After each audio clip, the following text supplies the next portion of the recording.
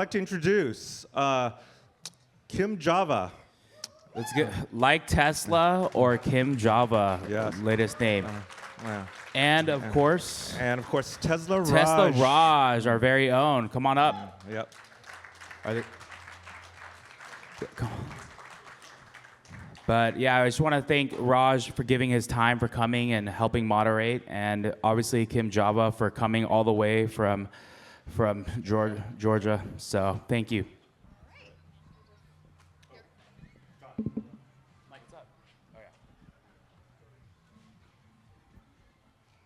Welcome, Kim. Thank you. How's everyone doing? That's it? Come on, you're more excited to be here. I mean, look at this event. Tesla Takeover. Awesome. Well, thanks for joining us. We're here with, I didn't get a chance to do an intro, but for those of you that don't know Kim is the OG.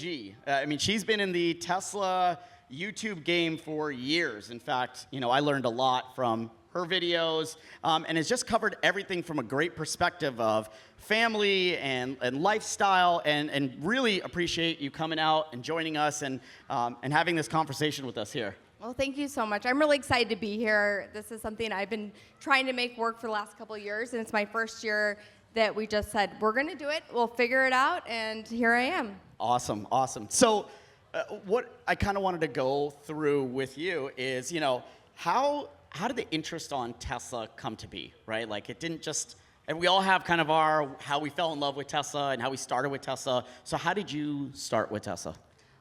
So it was a while ago. So my husband is actually a meteorologist, so he's always been very interested in climate change, and that's something we've talked about for a long time. And we knew that we wanted to get an electric car, so gosh, about 10 years ago or so, we decided to get a Nissan Leaf. We couldn't quite make the jump to a Model S at the time, but we were like, let's try it out with the Nissan Leaf. We loved it. He actually talked his mom into buying a Model S back in 2012. Early days. Early days. So, and during that time, actually, you could get a lease on a Nissan Leaf. For 2 years. We did a 2-year lease, and it basically paid for itself with the tax incentives. I remember that. Yes. And it was cheaper than gas. Oh, it was cheaper. So we did that twice. We actually told everyone we knew about it. If we had a YouTube channel about our Nissan Leaf, like, it would have taken off because we were so excited about it. And then we knew that we needed to make that next step to getting a Tesla, which was our dream car, but we were like, how are we going to make this work? Young family, with kids, but we wanted the Model X. So that was kind of how that You went all the way came to out. the top. So we put a reservation in, and yeah. And this is when the X first came out. So Yes. the cheaper ones were not available. No. So we put the reservation sight unseen. Like, no one had, we heard they were going to make an SUV, and we knew that would be our car with having kids and like starting our family. So we just put the reservation in. A lot of people had still never heard of Tesla at the time. We had no idea we would start a YouTube channel and that it would turn into something. We just wanted, to be all electric. Right. So you got your Model X. Now, what drove the creation of the channel? Like, what made you think, like, hey, we've got this car, and let's start doing YouTube? So it was completely unexpected. They had an event in Georgia for reservation holders called Meet Model X, where we actually got to go see it for the first time. And we thought it'd be fun to just record it for fun and share it with some of our friends and family. At the time, we would post little videos of our kids on YouTube to share with our family. We were living in Atlanta, our family's in Seattle.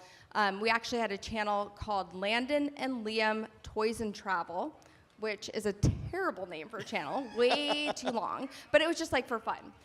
So we posted that video that we took at the Meet Model X event to that channel to share with the friends and family, and people that were interested in Tesla found it and started asking us questions. And when we finally got our Model X, we're like, well, let's just answer these people's questions. We didn't realize that YouTube could be a business or anything like that. We just were like, okay. And they were really more like shorts, if you go back and watch some of our first videos, where we just answered questions. You're like, let's just help people. Yeah, my best video, actually, most popular video I ever did was during that time, and it's a key fob video for the Model X, and it has like millions of views, which is crazy. And it's basically a short where people asked me to show them how the key fob for the Model X worked. And Incredible. yeah. It's crazy how things work out. So you are Kim Java. Can you explain to the audience who is like Kim, like Tesla Kim, Okay. as many people probably know, and where did she come from? Okay. So again, that channel was called Landon and Liam Toys and Travel. So now that we're making Tesla videos, we can't just call it after our kids. It doesn't make any sense. And on that very first video, when I was driving the Model X, I was so nervous, even though like we were just like, it was just us in the car, but it was the most expensive vehicle I'd ever driven, and it wasn't mine. And I was just saying like throughout the whole video. I went like this, like that, which is kind of my nervous thing that I do.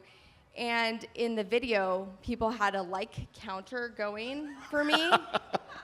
So I was so embarrassed, but at the same time, I was like, this is kind of funny. Also, we like Tesla, so I was like, you know what? Let's own it. Yeah.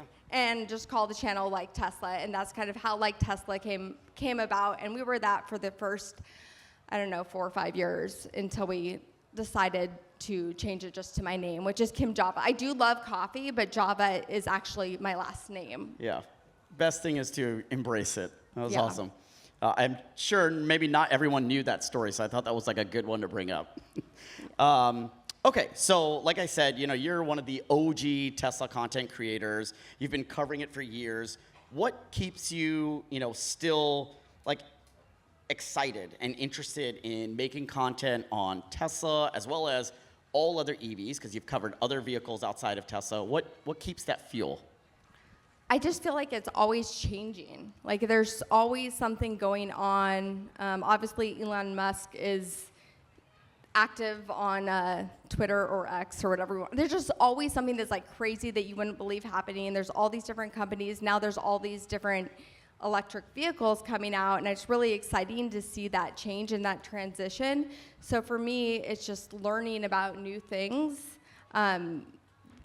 My background wasn't in cars or tech or anything like that, but I really enjoy learning about it. Right. I also enjoy meeting the community members, seeing the excitement out there and how much it can really change your life. And I don't know, it's fun. It's the passion. It started from a passion, so it never feels like work at all. It's definitely changing constantly, and I think that attests to what lately you've been doing is kind of covering almost on like a weekly basis, news. The market is changing so much that you actually have content to cover weekly. Yeah, that's something fun. So we decided to go full time, and in doing so, I've been able to have my husband on the channel a little bit. And one of the things we like to do is just like a little news recap together where we just sort of talk about the topics. Don't go too in depth, but we just kind of chat, just like, you would with a friend on there, and, make little jokes and give a little bit of news about it. But there's so much content. Honestly, we both have all these ideas of things we want to talk about, and we really have to narrow it down to the most exciting events for the week when we do those videos, which we'll do a lot more of this fall. This summer, we've had to take a month or so off of that. We've been traveling, but we're gonna make that a weekly thing for sure. Yeah, absolutely. And it must be fun to work with your significant other. Yeah. It's pros and cons for sure. Yeah. So what sets your content apart from other Tesla-related YouTube channels? Like, how do you differentiate yourself and provide, that value for your audience? Because I know I could say what it is, but I want to hear from you. Like, what is your niche? Yeah. So first off, I feel like in this field, the car field, there's not a lot of people that look like me, like women. So that's an obvious one. But also, thank you. Absolutely. I do want to empower, and I have a daughter now too, so I feel like, getting women into this field and making it okay for us to like these things is a big deal. But also being a mother, that's a big thing for me, is having kids and family. And so when I'm looking at any vehicle, I'm looking at more of the practicality of it, like how is this really going to work? A lot of our early videos were vlogs where we just showed, this is how you go on a road trip, this is how you pack your car, this is, very simple things, but those were things that real people wanted to know. They didn't necessarily, you can read the technical reports of everything and see that science side, but to actually see someone using it in a day-to-day life is a very different story. And that's my goal with the channel, is just to answer everyday people's questions. No question is dumb, no question is stupid. I'm learning as I go too, so if I'm curious about something, chances are somebody else is too. Right. I would agree. It's like very relatable. Myself also, I have 2 kids now, and so a lot of the things that you see you going through, you're like, and even when you put in those moments that many people may not want to put in the video, like even like a kid crying and stuff like that, you're like, yep, I know exactly that. It's not all pretty, but we get through it, and like how you get through it and how you continue to enjoy the moment and have fun, and how you incorporate Tesla and electric vehicles into the equation, I think is really cool and highly relatable, so completely agree. Yeah. So what, after years of making content, what's one of your most favorite Tesla moments or experiences that you've had while creating content for your channel? Okay, there's been a lot, but there definitely is a couple that stand out. One of my favorite moments was actually, Tesla used to have this amazing referral program that I was really lucky to be a part of. So there was a lot of really cool opportunities with that, and one of them was to get to go to the Falcon Heavy launch, and I had never been to anything like that in my life, and it was really cool because if you don't know, when you go to these rocket launches, the weather has to just be perfect. Like, they will not even attempt until it's completely perfect conditions. So we actually ended up staying there for about a week in this great hotel with a bunch of other Tesla people that I got to know really, really well, and just spend like just good quality time. And my kids were there, and my husband was there, and we all got to know each other's families. And it was a really life-changing experience for my kids. Like my son, my kids still talk about it today. Just seeing that rocket launch and land, and hearing the song Boom, like all that stuff was just such an amazing experience. It was so cool. So that's definitely something that sticks out and I'll always remember. Yeah, it's something that they'll never forget. So if you ever have the chance to see a rocket launch, absolutely try to get it. Try to see one. Make your way out there. Definitely life-changing for sure. Okay, so we're sitting behind the screen. We see your finished product, which always comes out nice, and the videos look perfect. But give us a little peek behind the curtain, right? How is it creating videos with? For those of you who don't know, Kim has 3 kids. The family is all around. What goes on behind the scenes, and how do you do it? I have 2, and I can't imagine adding 1 more to the equation and putting out videos as often as you do, and the quality, it just blows me away. So what's actually happening behind the scenes? A lot of screaming. So usually it starts with like an idea. I have this brain that just never stops going, and I constantly am thinking about things I want to do, which is a blessing or a curse, because I'm also terrible at finishing any of those things. But my husband's really good at that part of it, so we make a really good team. So usually I'll come up with the idea, outline it out, he'll film me, and then he is actually the one that edits our videos, which I don't know if people know that, but and he always says 1 minute that you guys actually see is about an hour of production time where we're working on the video in some capacity. So it really does take a lot of time.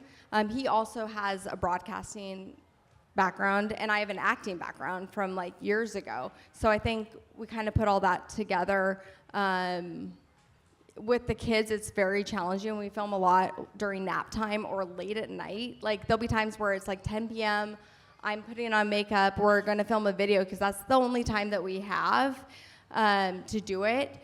My daughter this year I'm gonna put her in daycare because we're hoping to put a lot more content out, but I really wanted to be a stay-at-home mom. I was a stay-at-home mom for the boys. I want to be like very involved with my kids. That's really important to me as well.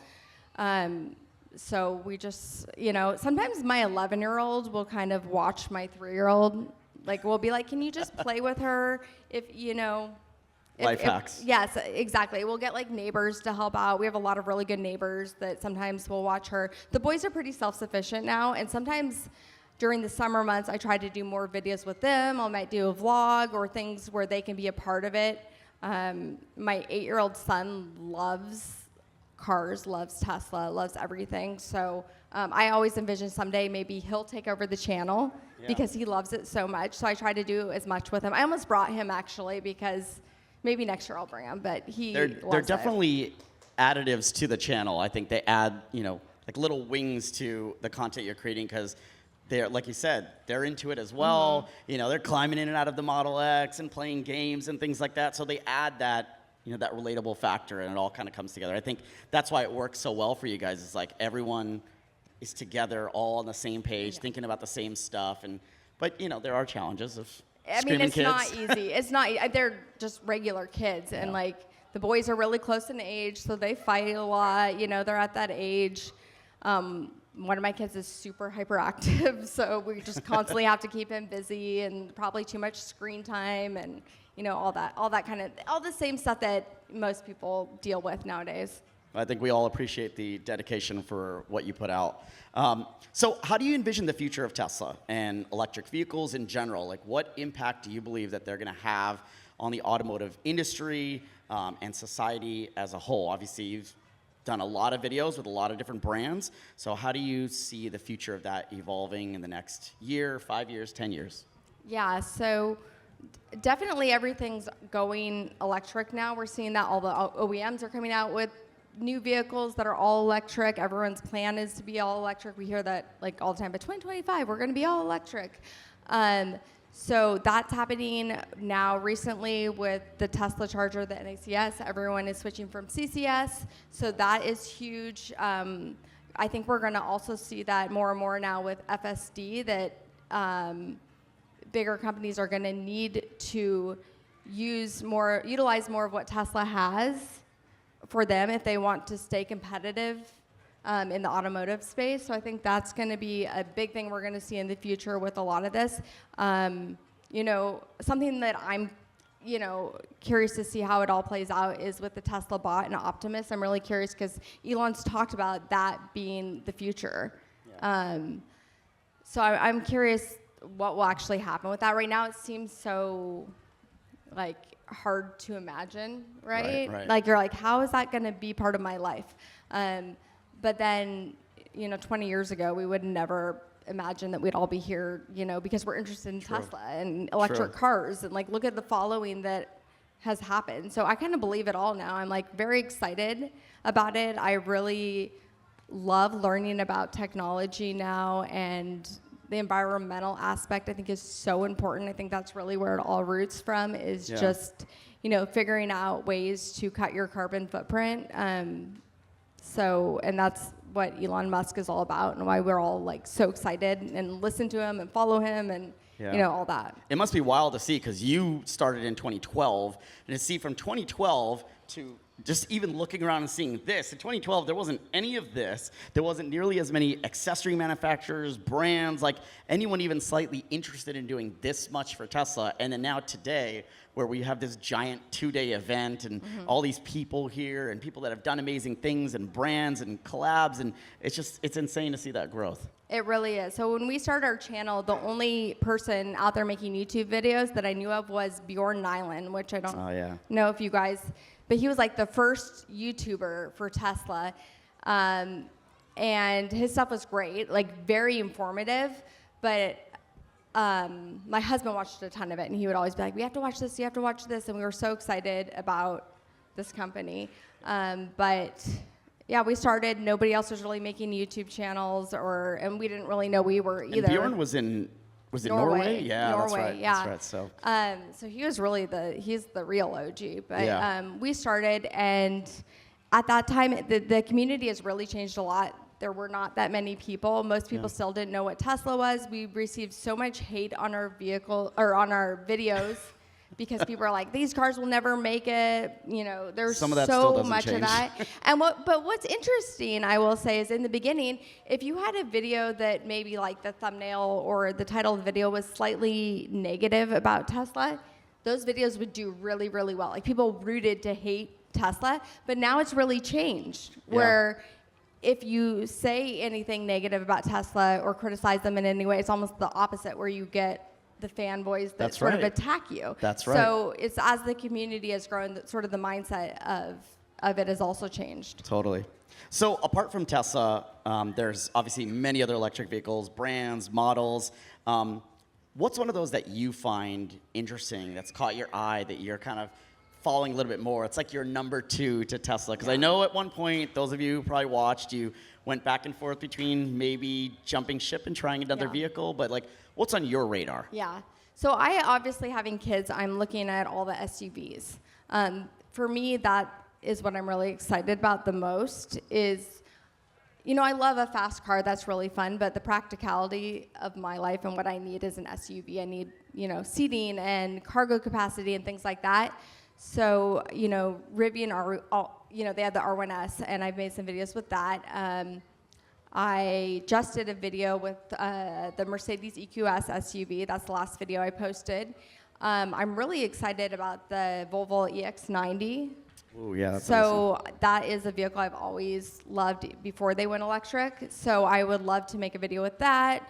I think Hyundai has some cool stuff coming out. They have theirs coming out, and then I've, you know, done a bunch of stuff with VinFast recently, and they also have a larger SUV coming out. So I think those So are much. what really is. I mean, there's so many. I could go on and on and on. But like I would love to get my hands on all those and just do a compare and contrast to my Tesla Model X, which I love and is still, I think, the best car that's ever been made. But you know, I love seeing everything else too. It's exciting. Yeah, definitely. So can you describe any challenges or obstacles that you faced while running your YouTube channel, aside from, you know, family and stuff like that, and, you know, how you've been able to overcome that and continue to grow on YouTube? I think YouTube is a tough space. It's a space that, like, if you hit it and you do really well, but there are also times where you kind of have to just, like, give yourself the boost to keep going, and there are times where you just kind of feel a little defeated. So any of those moments that, you know, happened to you, what you did? Yeah. Well, first of all, we do have like a filter section on the comments. So we have certain words that will go to a separate section, and then my husband checks it and approves them. I don't check that because it's just, why would I? You know, it's not good for your mental health. Yes. So I don't even do that. He'll go through those and like approve, and I'm just like, don't even tell me. Sometimes we did do one video that was a mean comment video, just like for fun. But for most of the time, I don't check those, and most of the people are pretty supportive. There's definitely been challenges. We took a big break during COVID and my pregnancy of my third born. I gain a lot of weight every time I'm pregnant. I actually gained 60 pounds every single pregnancy, and people are mean. Like, people are like, oh, she's, you know, they're just kind of tore me apart. And I was like, I don't need that. I'm going to take a break. COVID's going on. It kind of felt silly talking about all this stuff, you know, while people were dying. So we took quite a few months off, and then I also rebranded my name when I decided to come back. That's when I decided just to be Kim Java, because I wanted to cover, I still wanted to cover Tesla, but I wanted to talk about, you know, other EVs and solar and just more than just Tesla. So that was hard coming back because people were wondering where I was and who I was, and I kind of had to start all over again. But, you know, I think just like powering through it, and I don't think about it that much. Like, my day-to-day life is really, this is only a small part of it. Yeah. Like, for the most part, it's like I'm so focused. I'm with my friends and my kids and like other things that I'm doing, that I, you know, as long as you keep a well-rounded life, you don't think about it that much. Like, you know, like my friends, none of them even drive electric cars for the most part. I would love them to, but they don't. They're just like regular people, and that's like who I surround myself with. Yeah, and I think you bring up a good point, right? It's like mental health. You're putting yourself out there.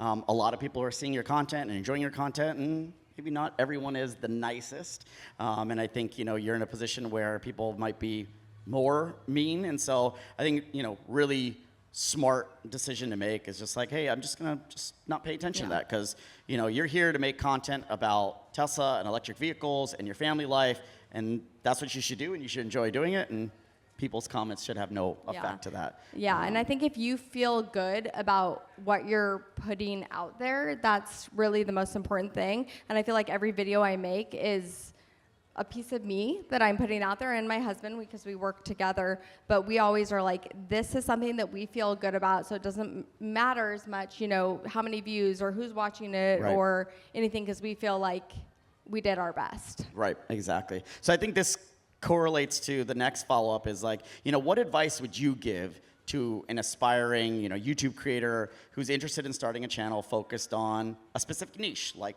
Tesla or electric vehicles? You know, you've had a lot of years in it, have experienced a lot from comments to growth to, you know, everything. What would be some advice that you would give to that aspiring creator? I mean, ideally, get a time machine and go back 10 years because it was a lot easier. Like when I started, like I've said, there wasn't anyone doing it. We didn't have the competition. Where nowadays it's very saturated on YouTube in this field, so it's a lot harder. I don't know if I started now, if I would be as successful, the channel would be as it is now. I don't know. But at the same time, like my advice to people, actually my oldest son is starting a YouTube channel this summer. I'll shout out to him. It's LV Hoops. He loves basketball, and he makes a basketball YouTube channel. But my advice to him is always just keep at it. Like, don't worry about the views. Don't worry about any of that. If you feel good about what you're putting out there, that's really what matters. And then you have to stay consistent. Right. I think that's a big part of it too, is, you know, the algorithm is a big part of if your video gets shown to people, and you can monitor all that, like, you know, and so staying consistent with it. And then like every single video that I make now, and in the beginning I didn't do this as much, but more now, I think, why would somebody want to watch this? Like, why is this interesting, and how is this different than other content that's out there? And how am I gonna let people know what this video is about and grab their attention in the first 5 seconds? Because otherwise they're just gonna move on. And so I really try to think about all that even before I make a video. Like, I usually will have an idea of what I want the thumbnail and the title and what I want it to be about before we even start. So I think all that is just really important if people are interested. And, you know, I've been kind of showing my son that and how to do certain things. But he's amazing. He's 11, and he can edit all by himself, does the whole thing all by himself. And it's, you know, these kids today. That means, based on that, he should probably be a beast on YouTube soon. Well, we'll see. LV Hoops. LV Hoops. He wanted me to shout him out. There you go. Cool. So I guess, you know, kind of wrapping this up here, you know, how do you see your role as a Tesla YouTube personality evolving in the future? Like, I guess, is there any new content ideas, projects like that you have in mind? Like, what's next for Kim Java? Well, I never fully know, but we have decided to go full time. So my husband decided to leave his job. So we are just doing this. This is it for us now. We're all in on it. So I think we're going to be producing a lot more content. We decided to put, our daughter's now 3. So we decided it's okay for her to, you know, go to daycare. So we'll have a lot more time. And I think, you know, that always opens the doors, more opportunities. We have more of a team now than we ever had. We have people, you know, helping us with brands and things like that. And, you know, I think there's just going to be a lot more content out there for people, hopefully. No, that's awesome. Those who love you, they can expect more content, and I think that also holds you accountable. Like, keep pumping out the content, but you know, also keep the awesome balance that you have with your family and your kids. And we appreciate everything that you've done for the community, continuously putting out awesome content that's relatable, that we love, that we can, you know, leverage and utilize, and everything that you're doing. Really, really appreciate everything you've done. Thank you so much. Thank you to all of you guys out here for supporting us.